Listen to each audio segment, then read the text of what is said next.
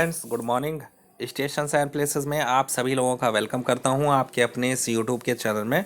आज के इस वीडियो में डालीगंज जंक्शन रेलवे स्टेशन से स्टेशन अपडेट लेकर आए हैं। डालीगंज जंक्शन रेलवे स्टेशन से इस वीडियो को ताहिर भाई ने बनाकर भेजा है। ताहिर भाई, बहुत बहुत शुक्रिया आपका। Thank you so much. आप जहाँ कहीं भी रहें, खुश रहें, आबाद रहें। सामने देख सकते हैं जो दूसरा फुट ओवर ब्रिज है, जिसका निर्माण कार्य काफ़ी समय से चल रहा है, वो अभी भी अधूरा है, इनकम्प्लीट है, अंडर कंस्ट्रक्शन है। रॉ मटेरियल यहाँ पर सामने पड़ा हुआ है, एंगल वगैरह ज़मीन पर आप देख सकते हैं, यानी प्लेटफॉर्म के ऊपर। लेकिन अभी तक यहाँ पर जो बेसिक स्ट्रक्चर है वो पूरी तरह से खड़ा नहीं हुआ है। काम इतनी धीमी रफ्तार से चल रहा है, आप लोग खुद भी अंदाज़ा लगा सकते हैं। ये जो दूसरा फुट ओवर ब्रिज है, कितने समय से ये काम किया जा रहा है, लेकिन अभी तक पूरा खड़ा नहीं हो पाया है। देख सकते हैं रॉ मटेरियल जैसे का तैसे ही पड़ा हुआ है, जैसे काफ़ी समय पहले पड़ा हुआ था। इसके अलावा डालीगंज मल्हौर की भी बात करें तो वो भी काफ़ी समय से अधूरा है। अगर हम बात करें देश भर की रेल ट्रैक के बारे में, तो कहीं डबलिंग कहीं ट्रिपलिंग का काम हो रहा है, जहाँ पर तेज़ रफ्तार से काम किया जा रहा है। तेज़ रफ्तार वाली ट्रेनें चलाई जा रही हैं, वंदे भारत, तेजस, और इसके अलावा महामना, और सबसे जो तेज़ ट्रेन चलती है गतिमान। ऐसे टेक्नोलॉजी से ट्रेन दौड़ाने की तैयारी की जा रही है देश भर में, जगह जगह पर। तो ऐसा सुनने के बाद लगता है कि यहाँ पर कुछ काम ही नहीं हो रहा है। सब कुछ जो ध्यान दिया जा रहा है बाकी सेक्शन पर दिया जा रहा है, लेकिन यहाँ पर कुछ भी ध्यान नहीं दिया जा रहा है। तो देख सकते हैं सब कुछ अंडर कंस्ट्रक्शन है, पूरी तरह से कंप्लीट नहीं है। जैसा पहले एंगल लगा के खड़ा कर दिया गया था वैसे ही है, यानी कि ऊपर का जो स्ट्रक्चर है वो भी अभी नहीं लगाया गया है। बुलेट ट्रेन पर भी काम हो रहा है।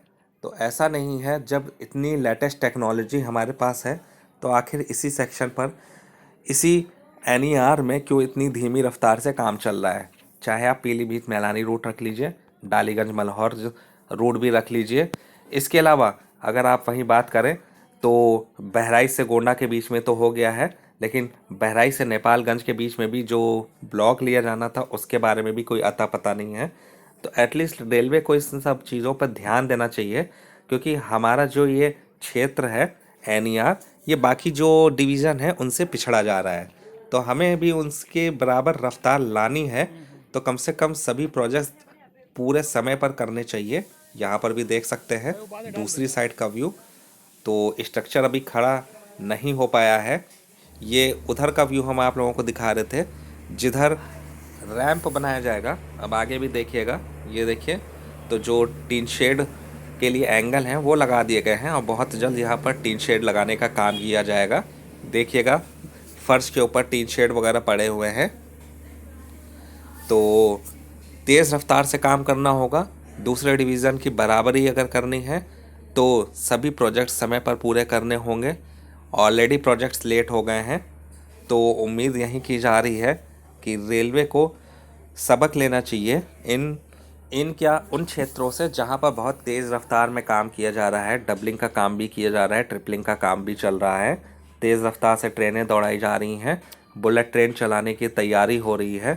तो कम से कम ये ध्यान देना आवश्यक है कि हमें अगर अपने देश को और भी आगे ले जाना है तो पंक्चुअलिटी होना बहुत ज़रूरी है प्रोजेक्ट्स में, क्योंकि सभी प्रोजेक्ट्स लगभग लेट हो जाते हैं एनईआर में। हम तो यहीं सुन रहे हैं, कुछ हाल यहीं एनसीआर का भी हमने देखा, झांसी कानपुर डबलिंग का, तो वो भी प्रोजेक्ट लेट हो गया, और एनईआर में प्रोजेक्ट तो लेट हो ही रहे हैं। तो हमने आप लोगों को उदाहरण पहले ही दे दिए हैं।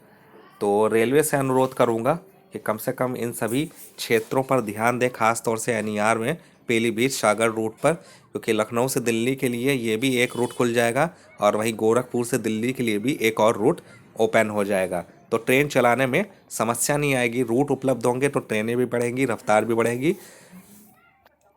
तो यहाँ पर गौर कीजिएगा, देखिएगा रैम्प साइड का व्यू, दूसरा फुट ओवर ब्रिज, तो ये भी अंडर कंस्ट्रक्शन है। जबकि डालीगंज जंक्शन जो लखनऊ डिवीज़न के अंतर्गत आता है, लखनऊ डिवीज़न जो कि यहाँ से लगभग 7-8 किलोमीटर की दूरी पर स्थित है, यानी कि हज़रतगंज तो फिर भी करीब में ही है क्योंकि डीआरएम ऑफिस वहीं पर है, तो 5 किलोमीटर मान सकते हैं। तो तेज़ी से काम किया जाना चाहिए, रेलवे को ध्यान देना चाहिए।